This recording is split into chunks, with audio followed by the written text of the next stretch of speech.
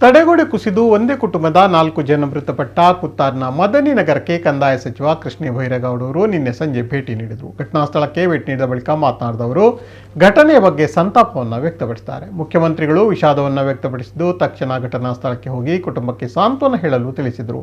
ಮೃತ ಕುಟುಂಬಕ್ಕೆ ಏನು ಸಹಾಯ ಮಾಡಬಹುದು ಅದನ್ನು ಮಾಡುವಂತೆ ಮುಖ್ಯಮಂತ್ರಿಗಳು ಸೂಚನೆಯನ್ನು ನೀಡಿದ್ದಾರೆ. ಹೀಗಾಗಿ ಇಲ್ಲಿಗೆ ತಕ್ಷಣ ಬಂದು ಸ್ಥಳವನ್ನು ವೀಕ್ಷಿಸಿದ್ದೇನೆ ಎಂದರು. ರಾತ್ರಿ ಇಡೀ ಸುರಿದ ಮಳೆಯಿಂದಾಗಿ ಮುಂಜಾವಿನ ವೇಳೆಯಲ್ಲಿ ಪಕ್ಕದ ಮನೆಯ ಗೋಡೆ ಕುಸಿತದಿಂದ ಈ ದುರಂತ ಉಂಟಾಗಿದೆ. ಜಾಗದ ಕೊರತೆ ಇರುವ ಕಾರಣದಿಂದ ಈ ರೀತಿ ಮನೆ ಕಟ್ಟಿಕೊಳ್ಳುವುದು ಅನಿವಾರ್ಯವಾಗಿದೆ. ಆದರೆ ಸೂಕ್ತ ರಕ್ಷಣಾ ಕಾರ್ಯಗಳನ್ನು ಜನರು ಮಾಡಿಕೊಳ್ಳಬೇಕು. ಇಂತಹ ಪ್ರದೇಶವನ್ನು ಗುರುತಿಸುವಂತೆ ಪಂಚಾಯತ್ಗಳಿಗೆ ಸೂಚನೆಯನ್ನು ನೀಡಲಾಗಿದೆ. ದಕ್ಷಿಣ ಕನ್ನಡ ಜಿಲ್ಲೆಯಲ್ಲಿ ಸಾವಿರಾರು ಮನೆಗಳು ಇಂತಹ ಸ್ಲೋಪ್ ಇರುವ ಜಾಗದಲ್ಲಿ ಮನೆಯನ್ನು ಕಟ್ಟಿಕೊಂಡಿದ್ದಾರೆ. ಇಂತಹ ಜಾಗವನ್ನು ಗುರುತಿಸಿ ಅಪಾಯದ ಸ್ಥಿತಿಯಲ್ಲಿ ಇದೆ ಎಂದು ಗುರುತಿಸಿ ತಾತ್ಕಾಲಿಕವಾಗಿ ಅವರ ಸ್ಥಳಾಂತರದ ಬಗ್ಗೆ ಏನು ಕ್ರಮ ಕೈಗೊಳ್ಳಲಾಗುವುದೆಂದು ನಿರ್ಧರಿಸಲಾಗುವುದು ಎಂದು ಅವರು ಹೇಳಿದರು.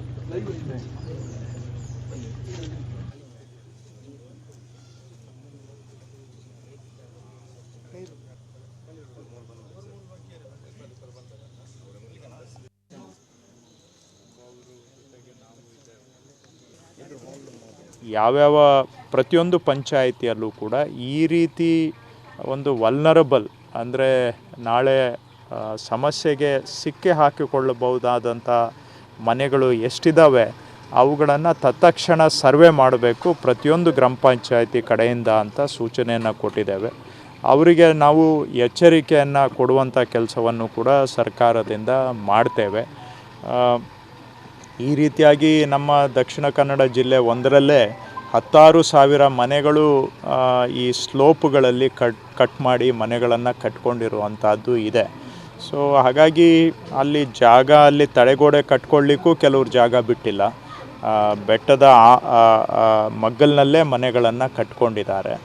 ಇವೆಲ್ಲ ಇರೋದರಿಂದ ಇದೊಂಥರ ಸಂಕೀರ್ಣವಾದಂಥ ಸಮಸ್ಯೆ. ಆದರೂ ಕೂಡ ತತ್ಕ್ಷಣ ಇವುಗಳನ್ನು ಸರ್ವೆ ಮಾಡಿಸಿ ಎಲ್ಲಿ ಯಾವ ಮನೆಗಳು ಇಂತಹ ತೊಂದರೆಗೆ ಒಳಗಾಗ್ಬೋದು ಅಧಿಕ ಮಳೆ ಆದಾಗ ಅವರನ್ನು ಆದಷ್ಟು ಆ ಸಂದರ್ಭದಲ್ಲಿ ಆ ಮನೆಗಳಲ್ಲಿ ಇರದಂತೆ ಮುಂಜಾಗ್ರತೆ ಕ್ರಮಗಳನ್ನು ಜಿಲ್ಲಾಡಳಿತ ತೆಗೆದುಕೊಳ್ಬೇಕು ಅಂಥೇಳಿ ನಾನು ಜಿಲ್ಲಾಧಿಕಾರಿಗಳಿಗೆ ಸೂಚನೆಯನ್ನು ಕೊಟ್ಟಿದ್ದೇನೆ. ಅವರು ಈಗ ಅವರ ಇಡೀ ಕುಟುಂಬದ ಪೈಕಿ ಒಬ್ಬ ಸಹೋದರಿ ಮಾತ್ರ ಬದುಕಿ ಉಳಿದಿದ್ದಾರೆ.